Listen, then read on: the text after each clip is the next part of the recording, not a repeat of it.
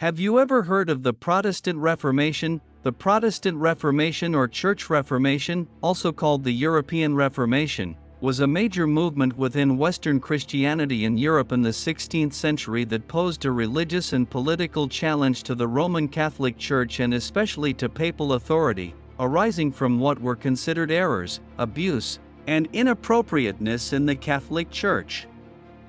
The Reformation was the beginning of Protestantism and the split of the Western Church into the Protestant and Roman Catholic churches.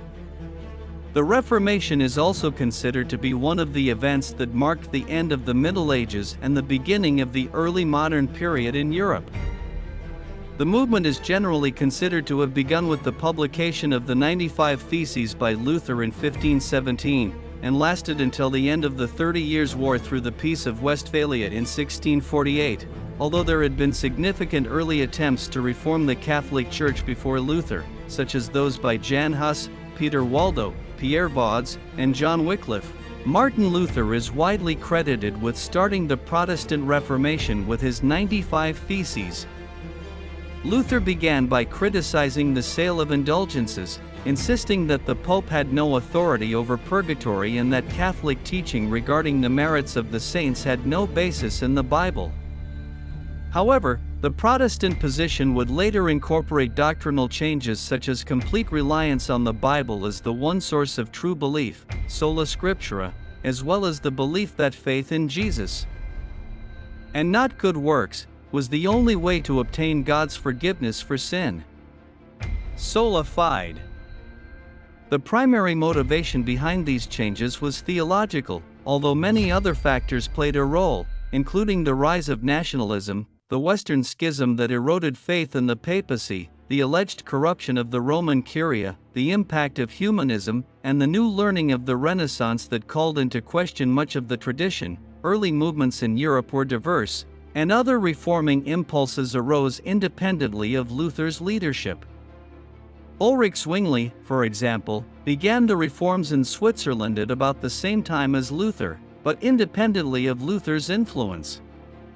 John Calvin, a second-generation reformer who carried out reforms in the city of Geneva, had a theology that was very influential on the Swiss Reformed tradition.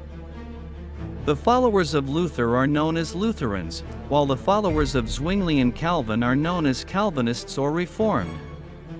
Lutheran churches were mostly founded in Germany and Scandinavia, while Reformed churches were founded in Switzerland, Hungary, France, the Netherlands, and Scotland.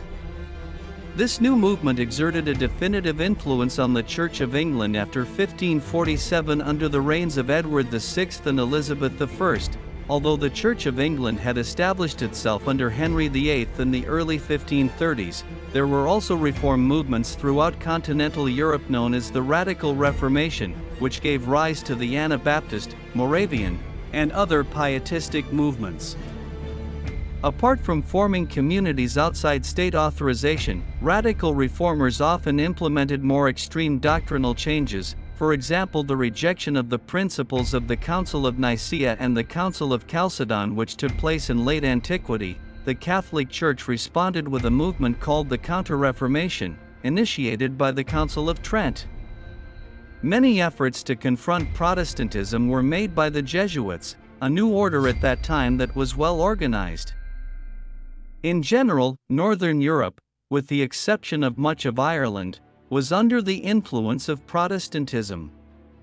Southern Europe remained Catholic, while Central Europe was the location of fierce conflict. The impact of a series of religious wars in Europe which culminated in the 30 Years' War, which resulted in this region being destroyed. Introduction: Europe experienced a period of terrible disasters at the beginning of the late Middle Ages. In the first half of the 14th century, extremely heavy rains and severe droughts and winters caused crop failures and famine over large areas. In the middle of the century, a devastating pandemic known as the Black Death struck Europe, killing about a third of the entire population. Taking the plague as a sign of God's wrath, the frightened people prayed to the saints for intercession, and hundreds of people wandered from one city to another in groups showing repentance by whipping themselves, so thus they were called flagella. In many parts of Europe, thousands of Jews became victims of anti-Semitic pogroms, due to irrational rumors accusing them of spreading the pandemic by poisoning wells. Even though it had subsided, this outbreak returned from time to time. Only at the end of the 15th century did a slow demographic recovery begin.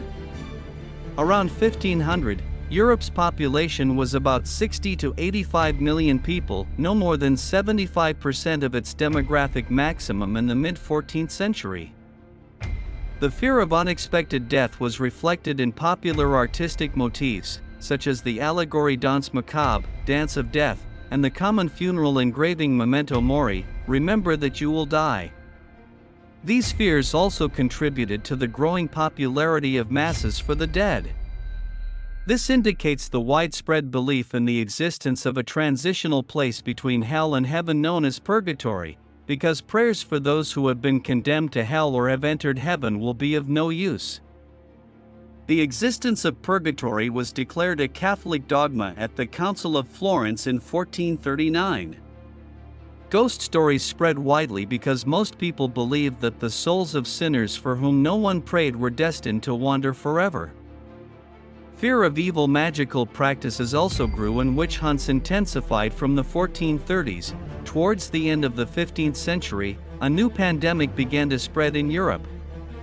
This is syphilis, a sexually transmitted infection that disfigures its victims with sores and scabs, and can also drive them insane before they die. Simultaneously with the French invasion of Italy, this new fatal disease was behind the success of the charismatic preacher Girolamo Savonarola, died 1498, in Florence. His sermons on the last days of mankind became immensely popular, and his call for moral reform led to a revolution that ended Medici rule in the city. Pope Alexander VI, or 1492 to 1503, forbade him from preaching, but he ignored the prohibition, and was therefore excommunicated. As disasters continued in the city, Savonarola lost public support. He was arrested and executed, but his reflections continued to be read throughout Europe.